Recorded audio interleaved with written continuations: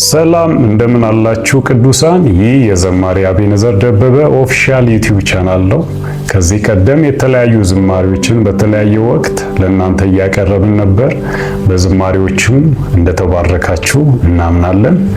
ከዚህ በኋላም አንዳንድ የመጽሐፍ ቅዱስ ሪፍሌክሽኖችን ውስን በሆነው ደቂቃ ውስጥ እንከፋፈላለን።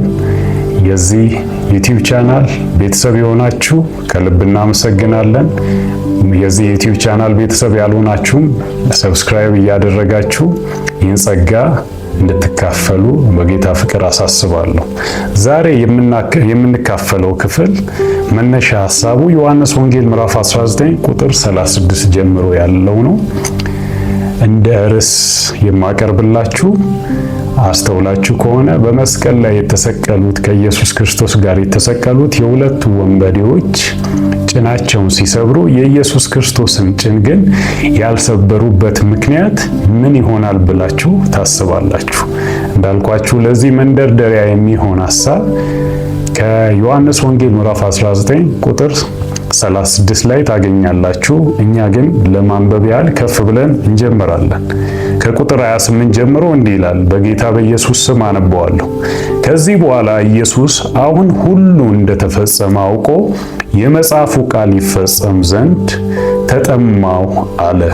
በዚያም ሆምጣጤ የሞላበት ዕቃ ተቀምጦ ነበር። እርሱም ሆምጣጤውን በሰፍነግ ሞልተው በሶጳም አድርገው ወደ አፉ አቀረቡለት። ኢየሱስም ሆምጣጤውን ከተቀበለ በኋላ ተፈጸመ አለ። ራሱንም አዘንብሎ ነፍሱን አሳልፎ ሰጠ። ይህን ቃል ልድገመው እንዳትረሱት። ራሱንም አዘንብሎ ነፍሱን አሳልፎ ሰጠ ይልና ከ31 ጀምሮ አይሁድም የማዘጋጀት ቀን ስለሆነ ያ ሰንበት ትልቅ ነበርና ስጋቸው በሰንበት በመስቀል ላይ እንዳይኖር ጭናቸውን ሰብረው እንዲያወርዷቸው ጲላጦስን ለመኑት። ጭፍሮችም መጥተው የፊተኛውን ጭን ከእርሱም ጋር የተሰቀለውን የላኛውን ጭን ሰበሩ። ወደ ኢየሱስ በመጡ ጊዜ ግን እርሱ ፈጽሞ እንደሞተ አይተው ጭኑን አልሰበሩም ይልና ወረድ ብሎ ነገር ግን ከጭፍሮቹ አንዱ ጎኑን በጦር ወጋው። ወዲያውም ደምና ውሃ ወጣ።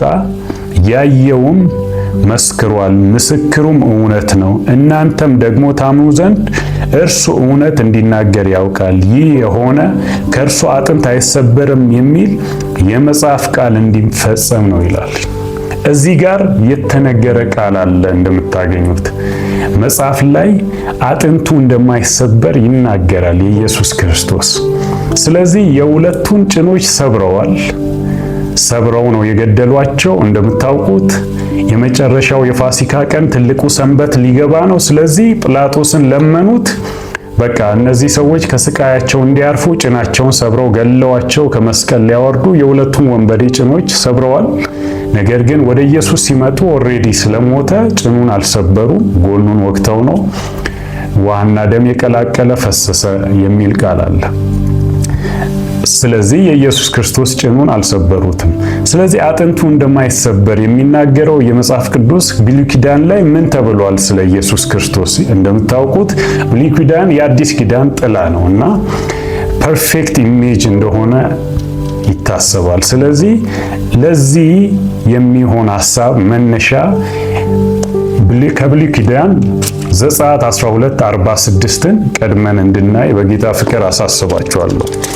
ዘጸአት ምዕራፍ 12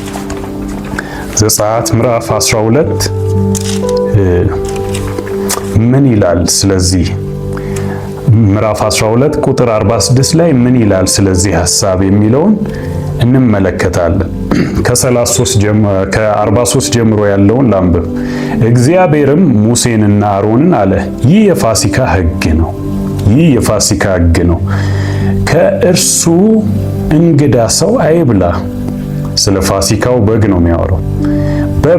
በብር የተገዛ ባሪያ ቢኖር ከተገረዘ በኋላ ከእርሱ ይብላ። መገረዝ አለበት። ባሪያ እንኳን ቢሆን ኪዳን ገብቶ የመገረዝን ኪዳን ከገባ በኋላ ከተዋሃደ በኋላ ነው ይህን በግ መካፈል የሚችለው መብላት የሚችለው። መጻተኛና ሞያተኛ ግን ከእርሱ አይብላ። በአንድ ቤትም ይብላ። ሁሉም ቤት ይታረድ። ይህ የፋሲካው በግ በየሁሉም ቤት ይኑር። ከስጋውም አንዳች ከቤት ወደ ሜዳ አታውጡ። ወደ ውጭ ወደ ሜዳ ከስጋው አንድም እንኳን እንዳይወጣ ይልና አጥንቱን አትስበሩበት የሚል ቃል አለ። አይገርማችሁም? ይህን የፋሲካውን በግ አጥንቱን ግን እንዳሰብሩት ይላል። እንደምታውቁት እስራኤላውያን ለረጅም ዓመታት በግብፅ በፋርዖን አገዛዝ ውስጥ ተጨቆነው በአሰቃቂ ሁኔታ ላይ በባርነት የቆዩበት ዘመን እንደነበር በመጽሐፍ ቅዱስ እንመለከታለን። ሆኖም ግን ድምጻቸው ወደ እግዚአብሔር ተሰማ። የነሱ የመጎብኛቸው ወራት በደረሰ ጊዜ እግዚአብሔር ሙሴን በዛ በኮሬብ ተራራ ተገልጦ እንደመረጠው ታያላችሁ። ከአሮን ጋር ሆነው የእግዚአብሔር አፍ ሆነው መጡ። ሆኖም ግን ፈርዖን የሚለቅ አልነበረም። ድንቅና ታምራትን በመቅሰፍት በእባጭ በተለያየ መልክ እግዚአብሔር 9 ከዛም የመጨረሻውን 10ኛ ምልክቶች እንደተፈጸሙ እናያለን። ከዛ በኋላ ነው ህዝቡ ነፃ ሆኖ የወጣው።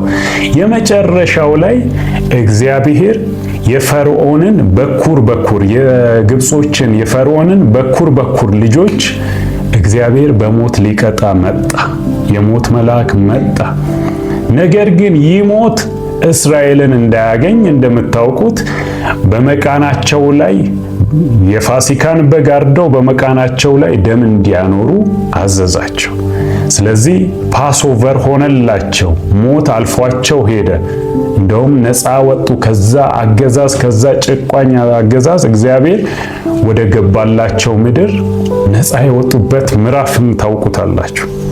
ስለዚህ ስለ ፋሲካው በግ ሲናገር ደሙን በመቃን በጉበኑ ላይ ይረጩታል፣ እንዲቀቡ ታዟል።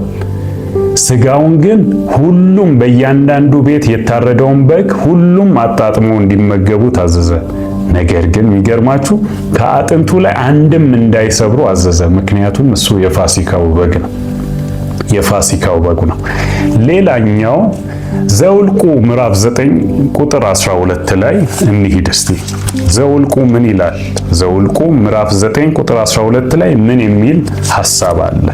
ከቁጥር 9 ጀምሮ ላንብብ። እግዚአብሔርም ሙሴን እንዲህ ብሎ ተናገረው፣ ለእስራኤል ልጆች እንዲህ ብለህ ንገራቸው፣ ከእናንተ ወይም ከትውልዳችሁ ዘንድ ሰው በሬሳ ቢረክስ ወይም ሩቅ መንገድ ቢሄድ እርሱ ደግሞ ለእግዚአብሔር ፋሲካን ያድርግ።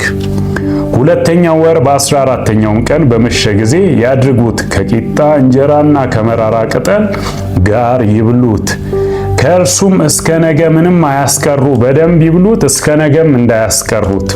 ከእርሱም አጥንትን አይስበሩ፣ እንደ ፋሲካ ሥርዓት ሁሉ ያድርጉ ይላል። አንድም አጥንት እንዳይሰብሩ፣ አጥንቱ እንዳይሰበር የፋሲካውን በግ ያዛል። ስጋውን ግን ሳያስቀሩ ውጭም ሳይወጣ እንዲመገቡት፣ እስከ ነገም ሳያስቀሩ እንዲመገቡት ያዛል። እንደምትመለከቱት ዮሐንስ ወንጌል ምዕራፍ 1 በብሉይ ኪዳን ዮሐንስ ወንጌል ምዕራፍ 1 ቁጥር 36 ላይ የእግዚአብሔር ቃል እንዲህ ይላል። ዮሐንስ ወንጌል ምዕራፍ 1 ቁጥር 36 ላይ ከ35 ጀምሮ ላንብበው በጌታ በኢየሱስ ስም። በነገው ደግሞ ዮሐንስ ከደቀ መዛሙርቱ 2 ቆመው ነበር። ኢየሱስም ሲሄዱ ተመልክቶ እነሆ የእግዚአብሔር በግ አለው። ይህ የፋሲካው በግ በብሉይ ኪዳን ሲነገርለት አጥንቱ እንዳይሰበር ተብሎ እንደ ጥላ ሲነገር የነበረው በግ፣ ይህ በግ ጌታችን ኢየሱስ ክርስቶስ ነው። የዓለምን ኃጢአት የሚያስወግድ የእግዚአብሔር በግ የተባለ የዓለምን ኃጢአት ሁሉ የሚያስወግድ ሃሌሉያ የእግዚአብሔር በግ ኢየሱስ ክርስቶስ ነው። ክብር ለእግዚአብሔር ይሁን። ስለዚህ ይህን የፋሲካውን በግ አጥንቱን እንዳይሰብሩት በብሉይ ኪዳን ሲያስጠነቅቅ የነበረው ያ በግ የናዝሬቱ ኢየሱስ ክርስቶስ ነው። ስለዚህም መጀመሪያ ላይ በተነሳሁት ምዕራፍ ላይ ዮሐንስ ወንጌል ምዕራፍ 19 ጀምሮ ከቁጥር 36 ላይ የሚናገረው ከ28 ጀምሮ ያነበብኩት ክፍል ላይ ከዚህ በኋላ ኢየሱስ አሁን ሁሉን እንደተፈጸመ አውቆ የመጽሐፉ ቃል ይፈጸም ዘንድ ተጠማው አለ። ተጠማው ብሎ ያንን ሆምጣጤ በስፍነግ የተደረገውን ከጠጣ በኋላ ራሱን አዘንብሎ ነፍሱን አሳልፎ ኦሬዲ ሰጠ። የጭናቸው መሰበር ወይም የአጥንት መሰበር ሁኔታ ምንን ያሳያል ብትሉ የነዛ ወንበዴዎችን ጭናቸውን ሰብረው ገለዋቸው ነው ያወረዷቸው። ወደ ኢየሱስ ግን ሲመጡ ጭኑ አልተሰበረም። ያ ማለት አዎ ገርፈውታል ኢየሱስን፣ አዎ ተሳልቀውበታል ኢየሱስን፣ አዎ አፊዘውበታል ኢየሱስን፣ አዎ ገርፈውታል ኢየሱስን። ነገር ግን ነፍሱን ግን አልነጠቁትም። ኢየሱስ ክርስቶስ ራሱን አዘንብሎ ነፍሱን ስለ በደላችን ስለ ኃጢአታችን በፈቃዱ በውዴታ ነው አሳልፎ የሰጠው። ስለዚህ የፋሲካው በግ አጥንቱ አይሰበርም። ጭኑም እግዚአብሔር የዓለምን ኃጢአት ለማስወገድ ያዘጋጀው በመስቀል ላይ የተሰዋው የእግዚአብሔር በግ የሱ ጭን አልተሰበረም። ወደ ኢየሱስም በመጡ ጊዜ እሱ ምን ይላል? ፈጽሞ እንደሞተ አይተው ጭኑን አልሰበሩም ይላል። ቀድሞ በላይ ባለው ክፍል ላይ ራሱን አዘንብሎ ተጠማው ካለ በኋላ ሁሉን እንደተፈጸመ አውቆ ተፈጸመ ብሎ ራሱን አዘንብሎ ነፍሱን አሳልፎ ሰጠ ይላል። ሃሌሉያ! በፈቃዱ ነፍሱን አሳልፎ የሰጠ ነው ይህ የፋሲካው በግ። ስለዚህም ነው ብሉይ ኪዳን ላይ የፋሲካውን በግ ስጋውን ብሉ፣ ነገር ግን አንድም አጥንት እንዳይሰበር። አጥንት መሰበር የሚያሳየው በአዲስ ኪዳን ላይ የጭኑ መሰበር የሚያሳየው ነፍሱን እነሱ አይደለም የነጠቁት፣ ነፍሱን በውዴታው ስለኛ አሳልፎ ነው የሰጠው። ክርስቶስን ግን ስንመጣ ጭኑን አልሰበሩትም፣ ነፍሱን ግን አሳልፎ ስለ በደላችን ሰጠ።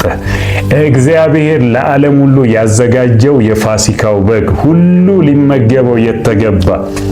ስለዚህ ዛሬም ወደዚህ ፍቅር እግዚአብሔር ወደ አዘጋጀው ስጦታ ወደ ኢየሱስ ክርስቶስ እንድትመጡ ሕይወቱን እንድትካፈሉ ሕይወትም እንዲበዛላችሁ ከጨለማ ገዢ እጅ እንድታመልጡ ጋብዛችኋለሁ። ተባረኩ።